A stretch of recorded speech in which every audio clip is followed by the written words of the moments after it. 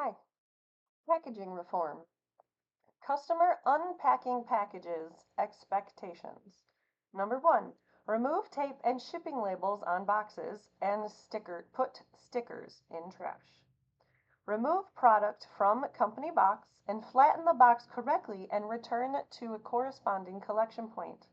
Cardboard boxes should be made easy to flatten, and brand loyalty for logo printed boxes can be a helpful tool to reduce what the mass recycling center intakes. So much money is spent on labels and logos, the food containers should last for more than one customer use. Number three, collect all reusable product attachments. Micro objects to be returned would be things like rubber bands, twist ties, silica balls, elastic strings, any plastic attachments to keep things from moving and shipping.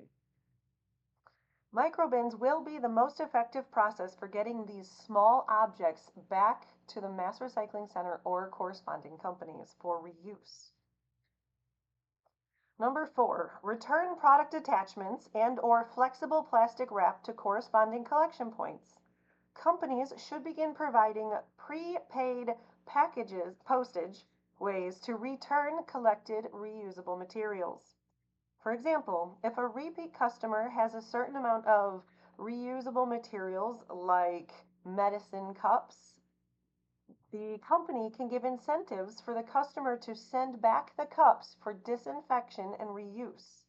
Brand loyalty can again play a role in helping consumers return reusable materials. Number five, return bubble wrap, air pockets, styrofoam, and other packaging to shipping company drop-off points or the USPS.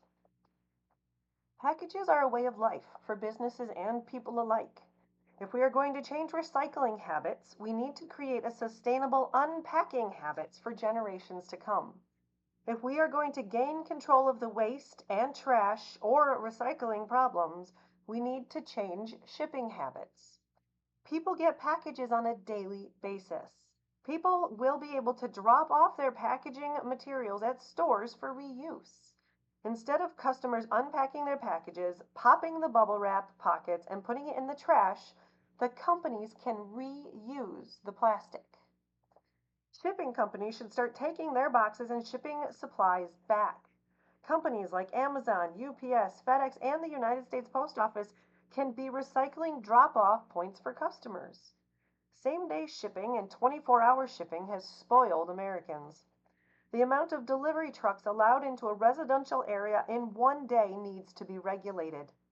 It is wasteful for me to see 4 different Amazon delivery trucks, 1 UPS driver, and the mail in my cul-de-sac in one day. Shipping companies can reuse boxes in good condition with tape or re-glued. Most companies already have their own design tape and boxes labeled. The city recycling company would no longer need to worry about the amount of boxes and cardboard put into waste bins.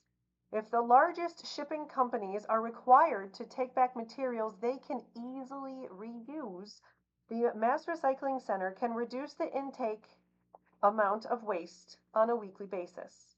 If shipping materials like large TV boxes and large styrofoam pieces went to stores like Best Buy, we can provide a collection point for technology shipping materials and technology recycling points.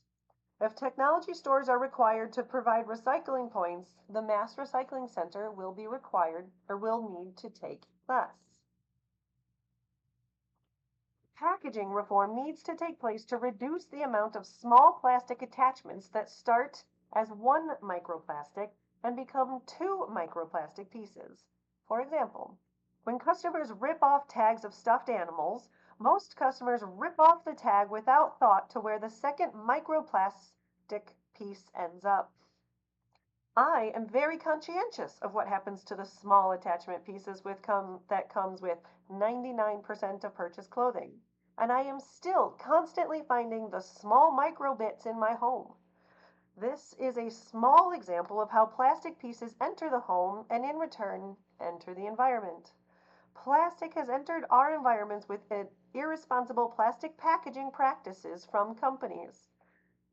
Target clothing brands use an unnecessarily unnecessary amount of thin plastic clothing attachments. Clothing attachment legislation needs to be introduced to reduce the unnecessary thin plastic attachments for tags and other advertisements. Reusable tag materials can become the normal. Styrofoam reform needs to be introduced. Styrofoam should be phased out of production and use completely. There are many other options for keeping products safe that do not pollute the earth for thousands of years after its short-lived task is complete.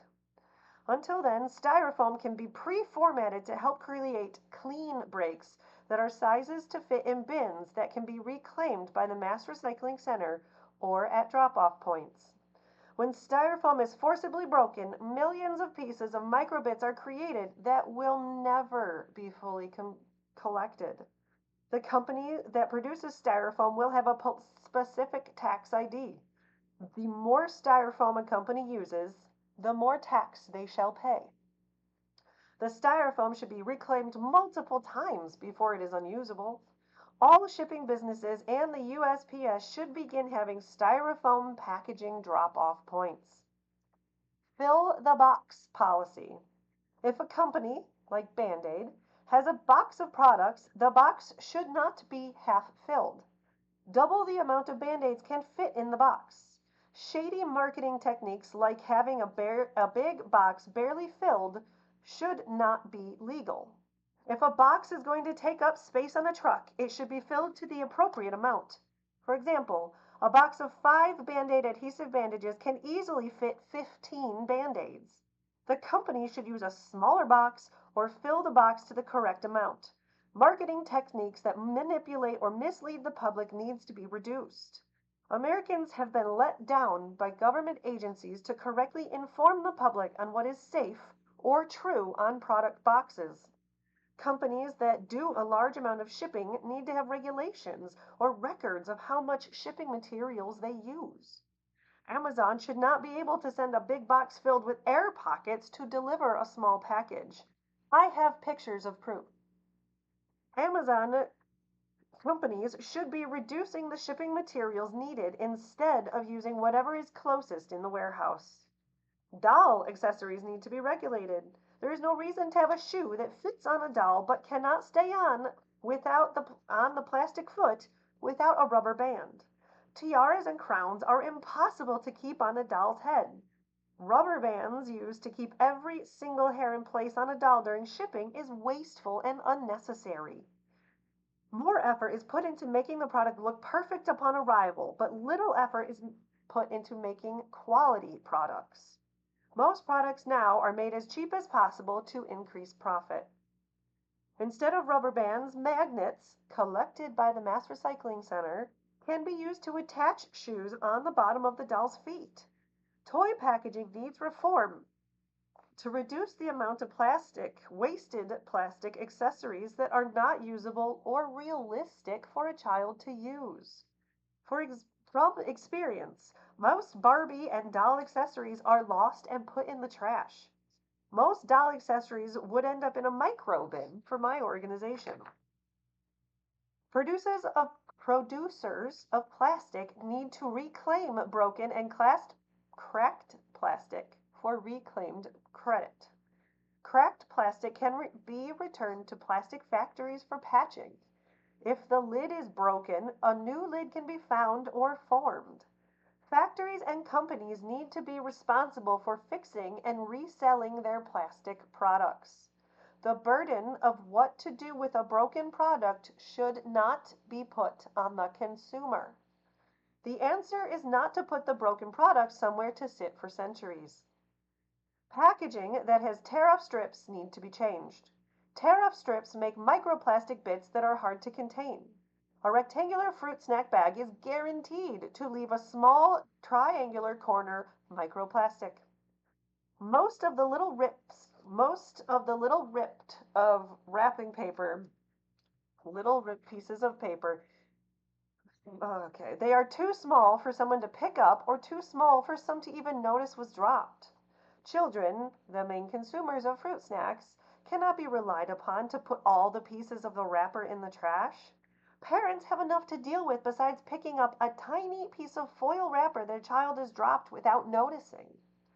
The strip should be perforated in a way to guide the consumer to open the packaging, but still keep the wrapper whole.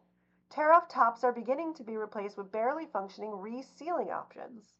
Wrappers can be perforated better to create better openings to reduce the creation of micro objects being torn from the macro object. Wrappers can be guided to tear in the middle of the wrapper or only to tear 3/4 of the way in order to reduce one wrapper becoming 2 or more pieces. It's a start, but the wrappers that are easy open need to make sure the wrapper stays in one piece for easy trash entry. All plastic packaging should be resealable to reduce the amount of additional plastic bags needed. All plastic bags, no matter what thickness, needs to be collected in a sustainable way. Companies that use sustainable practices with packaging can earn brand loyalty from customers.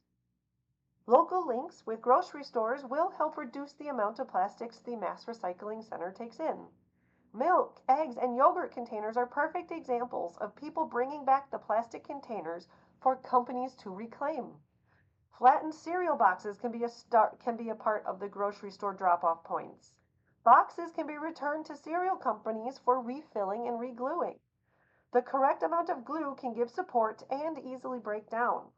Reliance on packaging tape, used once and put in the trash, should be reduced. Shipping is a way of life. 24-hour delivery is for most everything cannot be sustained. Humans are becoming more and more impatient because technology makes it easy. And if humans continue consumerism pace, humanity is doomed to choke on the plastic pollution. Businesses need to be held accountable for the plastic-free packaging and correct use of shipping supplies and the recollection of supplies sent out with consumer products. Government, business, and consumers must work together to decrease wasteful habits.